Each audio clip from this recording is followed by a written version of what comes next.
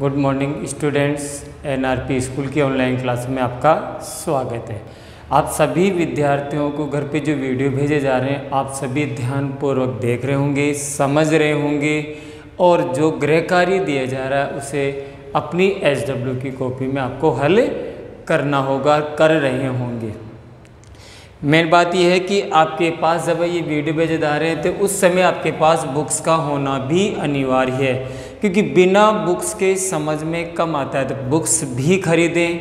अब की बार नई बुक्स लागू हुई है NCERT की, तो सभी विद्यार्थी नई किताबें खरीदें। बुक्स आपके सामने होगी, वीडियो आप देखोगे तो बुक्स में से आप प्रश्न देख सकते हो कि कौन सा प्रश्न आपको बताया जा रहा, हल करके बताया जा रहा, उसे अपनी रफ कॉपी में हल करेंगे। अब हम बात करते हैं लेक्चर 5 में, लेकिन ये गृह कार्य आपको लेक्चर 4 का, पीछे वाले लेक्चर का दिया गया था। ध्यान से देखेंगे। क्वेश्चन 1 था, व्यापक नियम का प्रयोग करते हुए निम्नलिखित का आकलन कीजिए। यही प्रश्न था। इसमें पहला प्रश्न प्लस का दे रखा है, दूसरा प्रश्न माइनस का दे रखा है और तीसरा प्रश्न किसका दे रखा है?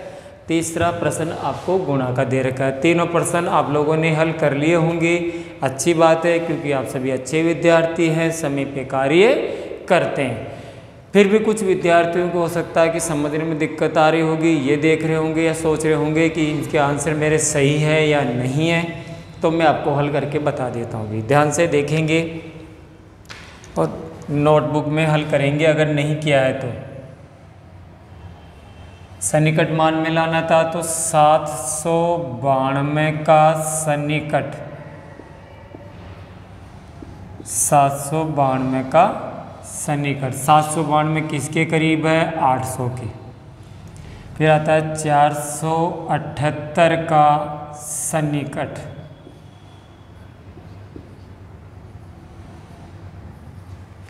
ये करीब किसके है? 500 को। दोनों का योग करना है, इसलिए आकलन आ जाइए। 478, इसमें आकलन इनका करेंगे। संख्या चेंज हो चुकी है, 800 और 500। जोड़ने का तरीका आप आसानी से जोड़ें, 800 और 500, 0 की 0, 0 की 0, 8 और 5 13, तो कितना आ गया? 1300। पहला प्रश्न कंप्लीट हुआ। प्रश्न नंबर 2,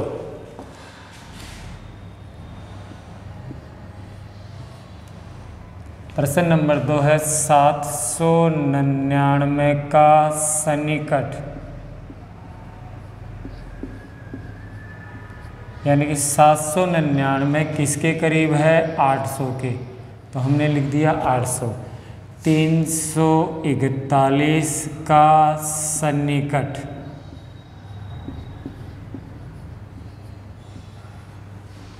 अब 341 किसके करीब है? 300 के, इसलिए आकलन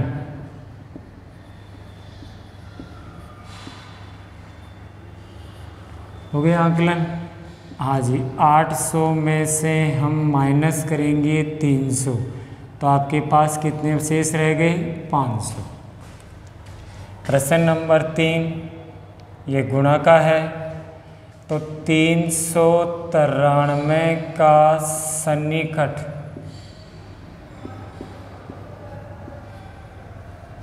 तो 393 किसके करीब है? 400 के। 215 का सन्निकट, मतलब किसके निकट है? उसका सन्निकट का मतलब होता है कि किसके निकट है। 100 के अनुसार देखते हैं कि 100, 200, 300, इनमें से किसके निकट है? ये है 200 के, क्योंकि 300 बहुत दूर है, इसीलिए आकलन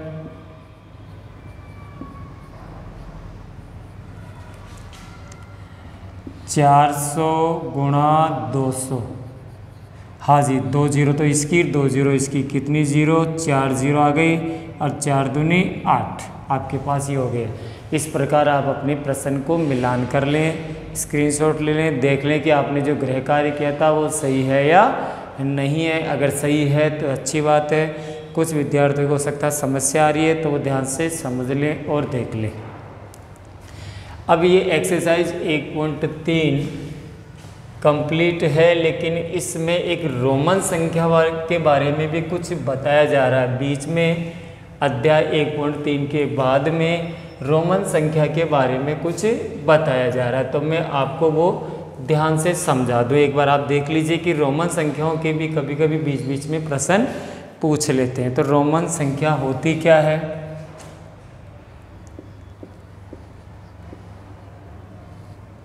रोमन संख्या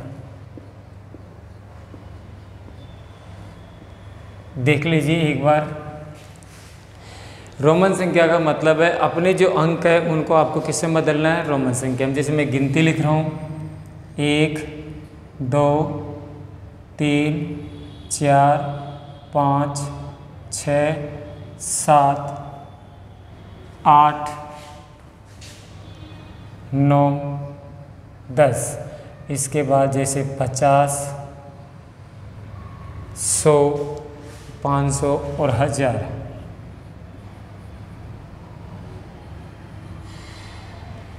अब जैसे 1 को कैसे लिखा जाता है? ऐसे 1 2 को हम ऐसे लिखते हैं रोमन संख्या में। ये रोमन संख्या चल रही है 3 4 5 6 7 8। फिर 10 को कैसे लिखते हैं? ऐसे। अगर 10 है तो 10 से 1 कम होता है 9, तो ये लीजिए, ये 9 हो गया 9। अब 50 को लिखते हैं एल से।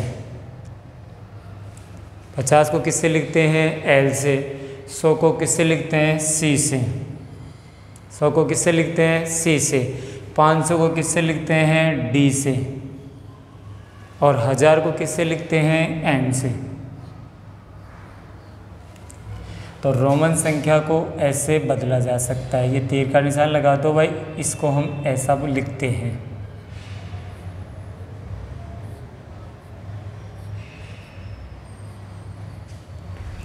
ये हो गई आपके पास रोमन संख्या। 10 तक की गिनती तो कंप्लीट है। फिर इसके बाद 50 100 500 और 1000, ये चीज़ें आपको मालूम होनी चाहिए कि रोमन संख्या में इसको लिखते हैं। अब ये रोमन संख्या का अर्थ क्या है कि आप सोचेंगे कि ऐसे प्रश्न की जरूरत ही कहाँ पड़ गई। जैसे मान लीजिए आपसे प्रश्न पूछ लेता है कि निम्नलिखित को रोमन संख्या में लिखिए। एक क्वेश्चन करके बता रहा हूँ। निम्नलिखित को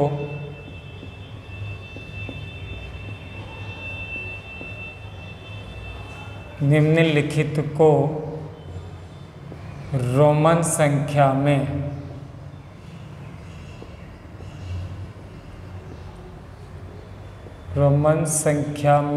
लिखिए। कभी कभी प्रश्न पूछ ले जाते हैं ऐसे नॉर्मल मौखिक वगैरह में या सामान्य में छोटे प्रश्नों के रूप में कि रोमन संख्या में लिखिए। अब रोमन संख्या में लिखने का अर्थ है, जैसे आपसे पूछ लिया गुणोत्तर। एक प्रश्न तो ये पूछ लिया, क्या पूछ लिया? जैसे गुणोत्तर पूछ लिया। और एक जैसे आपसे पूछ लिया 98। क्या पूछ लिया? 98।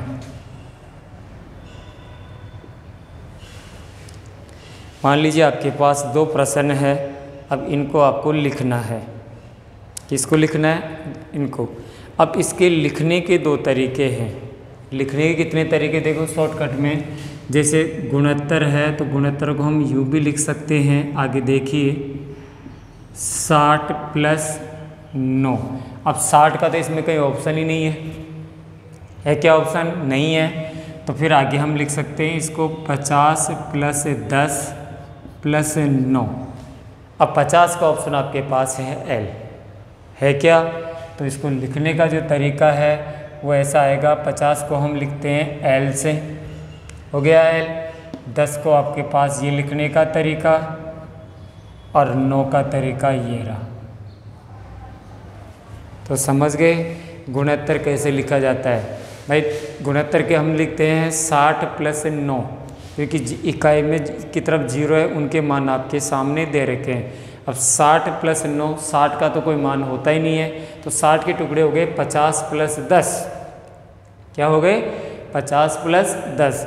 50 को लिखा जाता है L से, 10 का आपके सामने है, 9 का भी आपके सामने लिख दिया। ऐसे ही 98, क्या आ गया 98। अब ध्यान से देखो 98 के टुकड़े कैसे करते हैं। 98 के हम 90 + 8 कर सकते हैं। अब 90 + 8 है तो 90 का तो कोई मान ही नहीं है क्या 90 का 100 का मान है, तो इसका मतलब हम कर सकते हैं 100 - 10 और +8। अब 100 को किससे लिखा गया है, C से। अब इससे कितना कम है 10 है, तो C से पहले लिखा जाएगा 10। अगर हम C के बाद में 10 लिखते हैं तो ये हो गया 100 + 10, समझ गए क्या हो गया 100 + 10, तो हमने लिखा ऐसे पहले और +8 और ये आपका 8। यानी कि कहने का मतलब है यहाँ हम इसको ऐसे लिखेंगे 10 C और ये 8, ये 98। तो ये लिखने का तरीका है कि जो आपको मालूम होना चाहिए, समझ गए इस चीज़ को। अब रोमन पद्धति में कभी कभी प्रश्न ये भी पूछ लेता है कि जैसे रोमन में लिखिए, जैसे आपसे पूछ लिया अगला प्रश्न 73। अब 73 के टुकड़े कितने होते हैं 70 + 3, 70 होता ही नहीं है, तो इसका होता है 50 + 10 + 10 + 3। तो 50 को किससे लिखते हैं L से, ये 10 ये 10, 50 और 10 60 और 10 70 और 3 73। इस प्रकार आपकी ये रोमन गिनती हो गई। समझिए रोमन गिनती लिखने का तरीका। तो ये तो एक समझाने के लिए था कि आपको इसको देख लेना है, याद रखना है। अब इसके बाद प्रश्नावली 1 कंप्लीट हुई। आज हम शुरू करेंगे एक्सरसाइज अब 2। कौन सा चैप्टर शुरू करेंगे, दूसरा चैप्टर शुरू करेंगे। दूसरा चैप्टर है उसके बारे में अब आपको हम जानकारी दे देते हैं। एक्सरसाइज 2.1, एक्सरसाइज 2 का क्या नाम है ये आपको हम अभी बता रहे, पूर्ण संख्याएं। चैप्टर 2 है और इसका नाम है पूर्ण संख्याएं। एक कंप्लीट हो गया, एक्सरसाइज 2 की बात चल रही थी पूर्ण संख्याएं। अब पूर्ण संख्या किसे कहते हैं इसकी परिभाषा, पूर्ण संख्याएं। प्रश्नावली का नाम भी यही है, पूर्ण संख्याएं। मैं एक बार परिभाषा बोल देता हूँ। वे संख्याएं जो 0 से प्रारंभ होकर अनंत तक होती है उन्हें पूर्ण संख्याएं कहते हैं। एक बार और बोल रहा हूँ, वे संख्याएं जो 0 से प्रारंभ होकर अनंत तक होती है, यानी कि प्रारंभ कहाँ से होती है 0 से। कहाँ से प्रारंभ होती है 0 से, यानी कि सबसे छोटी पूर्ण संख्या कौन सी है 0 और आगे अनंत तक होती है। दूसरे शब्दों में से ये भी कहते हैं कि प्राकृत संख्या में 0 जोड़ने पर प्राप्त संख्याएं पूर्ण संख्या होती है। अब प्राकृत संख्या का मतलब होता है, प्राकृत संख्या 1 से प्रारंभ होती है, 1 2 3 4, देखिए ऐसे 1 2 3 4 आगे अनंत तक। अगर इसमें हम 0 और जोड़ दिया जाए तो ये पूर्ण संख्या हो गई, अर्थात कहाँ से प्रारंभ हो गई 0 से। तो यही हम कह रहे थे कि वे संख्याएं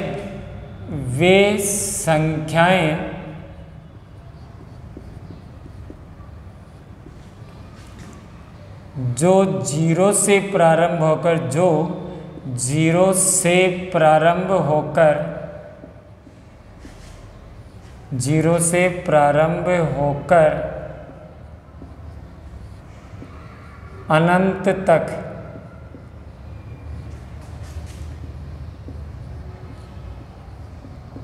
अनंत तक होती है उन्हें पूर्ण संख्याएं कहते हैं। उन्हें पूर्ण संख्याएं कहते हैं।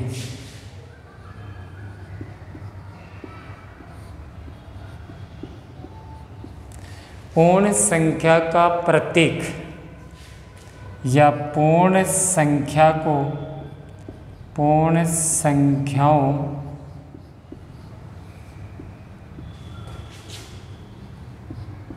को W से व्यक्त किया जाता है। किससे व्यक्त किया जाता है पूर्ण संख्याओं को? W से। W से व्यक्त किया जाता है। जैसे अब मैं पूर्ण संख्या आपको बता रहा हूँ कैसे।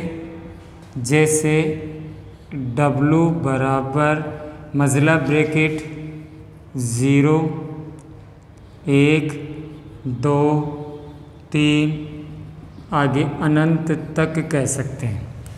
ये हो गई आपकी पूर्ण संख्याएं। मतलब पूर्ण संख्याएं कहाँ से शुरू होती है? 0 से। 0 1 2 3 आगे अनंत तक। प्राकृत संख्या वे संख्याएं जो 1 से प्रारंभ होकर अनंत तक होती है। किससे प्रारंभ होकर? 1 से प्रारंभ होकर अनंत तक। ये पूर्ण संख्या। तो चैप्टर का नाम था पूर्ण संख्याएं।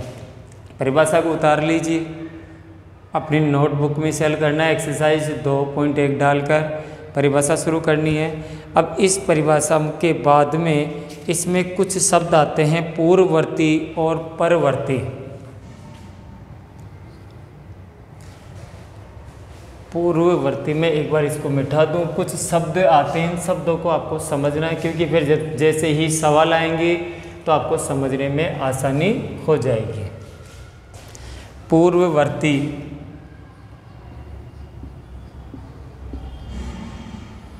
और एक होता है परवर्ती।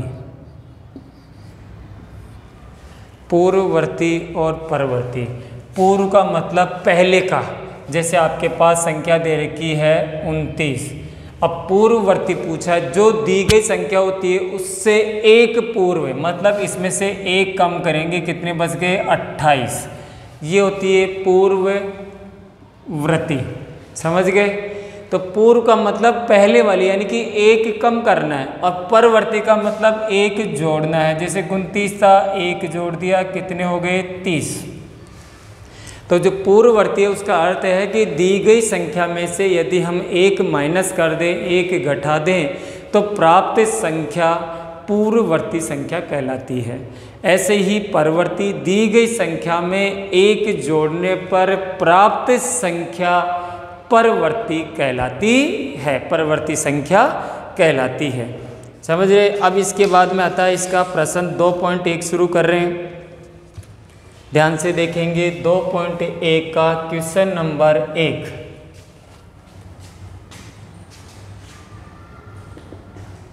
क्वेश्चन नंबर 1 ये है 10,999। 10,999 के बाद अगली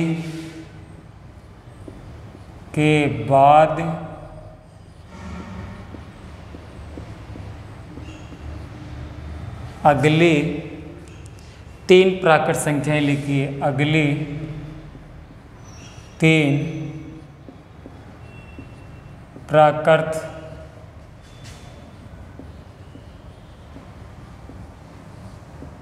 अगली 3 प्राकृत संख्याएं लिखिए।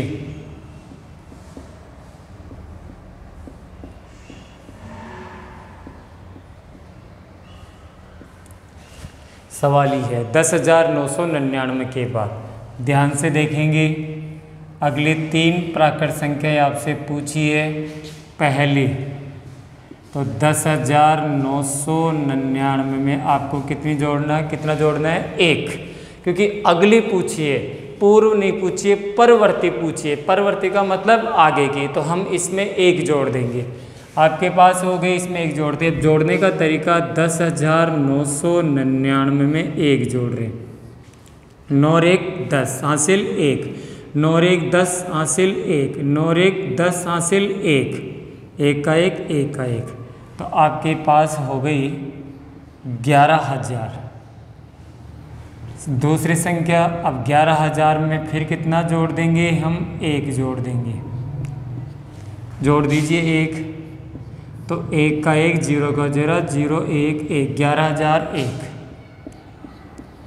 11,001। फिर तीसरी अगली संख्या, इसमें हम फिर क्या करेंगे, 11,001 में फिर 1 जोड़ देंगे, तो ये हो गई 11,002। अब अतः की लाइन, क्योंकि 3 तो निकाली, जितनी पूछी हम उतनी ही लिखेंगे, तो अतः की लाइन आएगी, अतः 10,999 के बाद अगली 3 प्राकृत संख्याएं, अगली 3 प्राकृत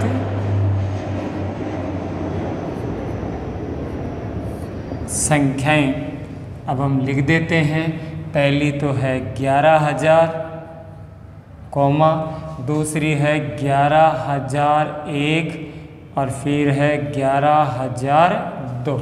सवाल करने का तरीका, पहले तीनों प्राकृत संख्या निकालेंगे, क्योंकि प्रत्येक अगली प्राकृत संख्या कब आती है, जब हम उसमें 1 जोड़ते हैं। पहले 1 जोड़ दिया, ये आ गई, फिर उसके आंसर में फिर 1 जोड़ दिए, तो एक साथ लिख दिया कि 10,999 के बाद अगली 3 प्राकृत संख्याएं। इस पे पूछा है 10,001 से ठीक पहले आने वाली 3 पूर्ण संख्याएं।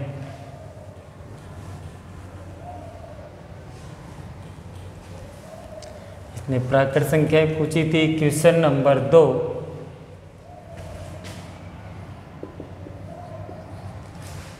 क्वेश्चन नंबर 2 है 10,001, 10,001 से ठीक पहले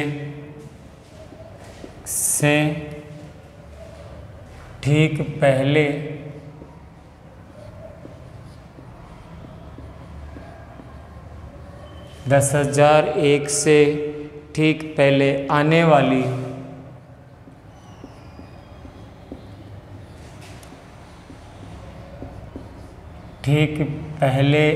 वाली 3 पूर्ण संख्याएं लिखिए। 3 पूर्ण संख्याएं लिखिए।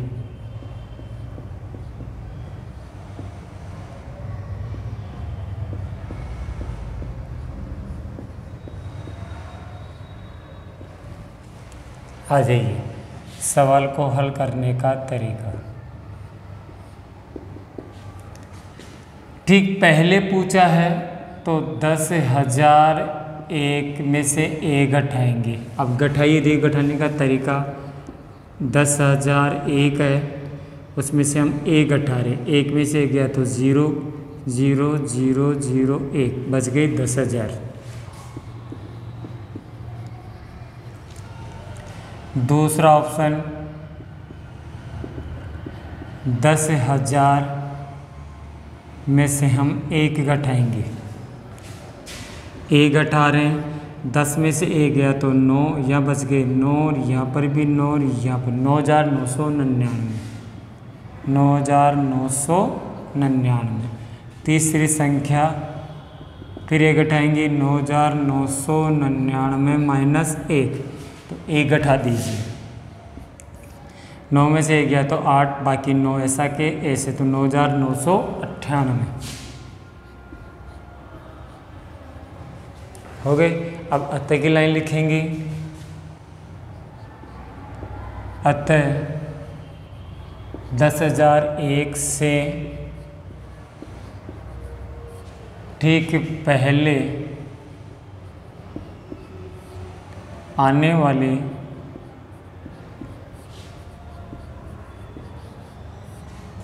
3 पूर्ण संख्याएं, 3 पूर्ण संख्याएं बराबर, अब इनको एक साथ लिख दीजिए। 10,000,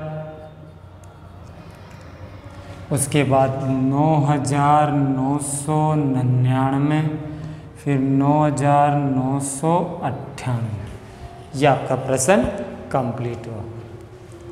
यानी कि पूर्व भी पूछ सकता है, बाद की पूछ सकता है, दोनों ही प्रकार की संख्या हमने आपको बता दी। कंप्लीट। प्रश्न नंबर 3,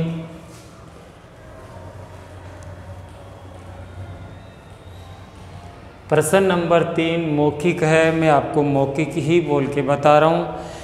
सबसे छोटी पूर्ण संख्या कौन सी है? सबसे छोटी पूर्ण संख्या कौन सी है? क्वेश्चन नंबर 3 है, सबसे छोटी पूर्ण संख्या कौन सी है? तो सबसे छोटी पूर्ण संख्या इसका आंसर है 0, क्योंकि पूर्ण संख्या कहाँ से प्रारंभ होती है? 0, 1, 2 अनंत। तो सबसे छोटी संख्या कौन सी है? 0, जिसको हम शून्य भी कहते हैं। प्रश्न 3 कंप्लीट। अब पूछा 32 और 53 के बीच में। क्वेश्चन नंबर 4,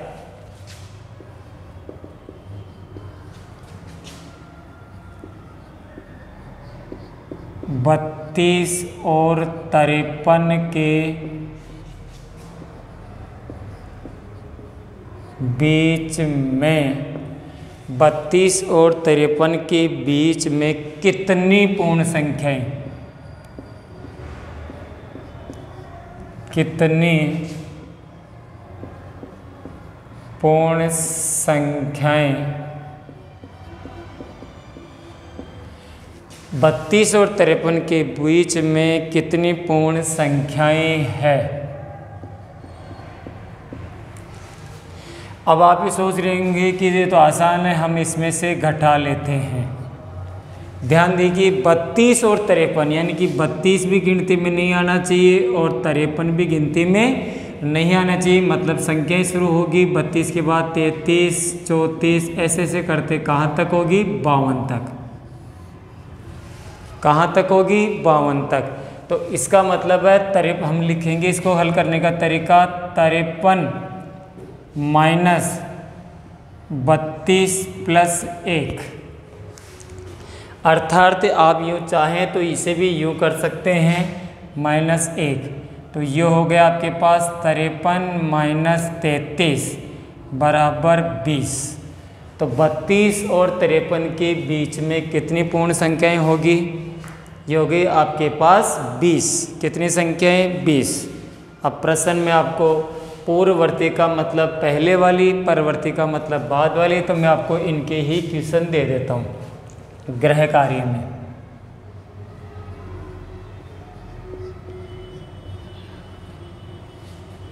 गृह कार्य में क्वेश्चन नंबर 1, पहला क्वेश्चन है, निम्न के परवर्ती लिखिए।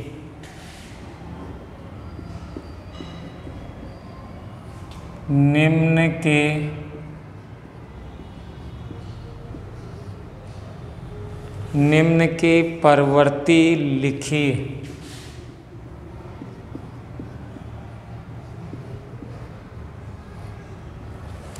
संख्या है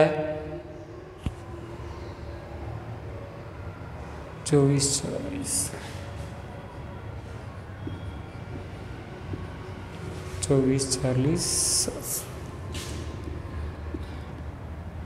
24,40,701। एक संख्या तो ये आ गई आपके पास। दूसरी संख्या हम ले लेते हैं इसमें अपने हिसाब से 2453। क्वेश्चन नंबर 2, निम्न के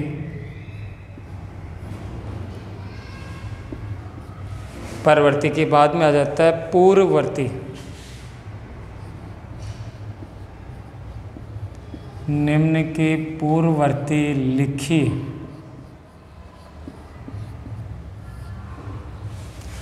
संख्या है 94 और दूसरी संख्या है इसमें 10,000। दो क्वेश्चन आपको गृह कार्य में दिए गए, परवर्ती बताने हैं दोनों के एक एक और पूर्ववर्ती बताने हैं। दोनों प्रश्न आपको ध्यान से SW की कॉपी में हल करने हैं। धन्यवाद।